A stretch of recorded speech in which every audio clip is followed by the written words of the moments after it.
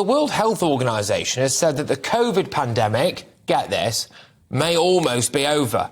Anyone else think it's been over for a very long time? I certainly do. But according to their figures last week, new weekly deaths reached their lowest point since March 2020. However, the WHO Director General has warned that if countries do not remain vigilant against the virus, then more variants, deaths, uncertainty and disruption may emerge. Well, whilst the pandemic feels like a distant memory, because basically, essentially it is, how do you feel about the fact that this is now almost official? Jamie Jenkins is a political commentator, independent statistician, and he joins me now to unpick all of this.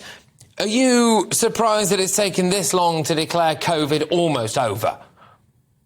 Well, I think so, Patrick. When you, I suppose the first thing to look at, people are still dying kind of due to COVID when you look at the official ONS figures, but they're relatively low now. They're about around 30 to 40 a week compared to over 1,000 that we were seeing in the UK at its peak. So different countries, though, Patrick, have kind of tapered away from COVID measures at different times. The UK, obviously, Boris was kind of rejoicing that we were one of the earliest to do that. So in the UK, it probably does seem that we've been past the kind of the pandemic and gone through it all and been living with COVID for a while. But, across the pond in the US, they've just banned Djokovic from going to the US Open because he didn't have a proof of a full vaccination, where you could go in if you're not vaccinated and you're not you as a US citizen.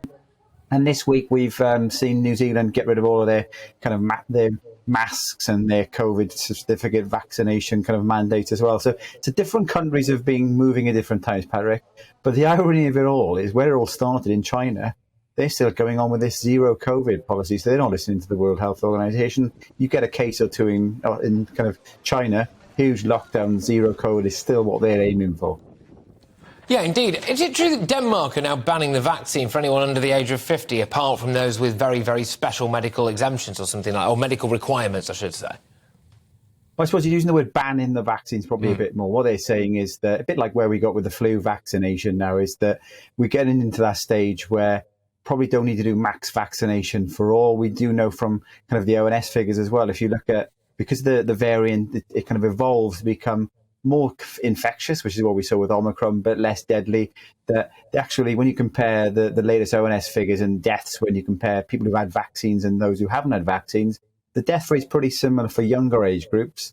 So there's no real overall benefit when you're looking at it at the kind of a macro level. It will vary, I suppose, Patrick, for people who are younger, who got more kind of vulnerable within those age groups.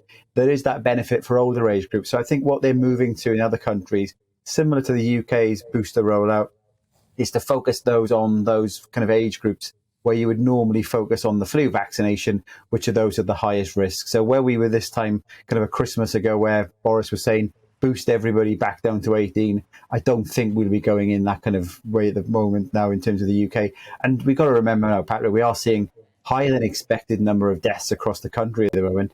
And most of that is non-COVID related when you're looking at the death certificates. So we've got to remember that part of the pandemic as well.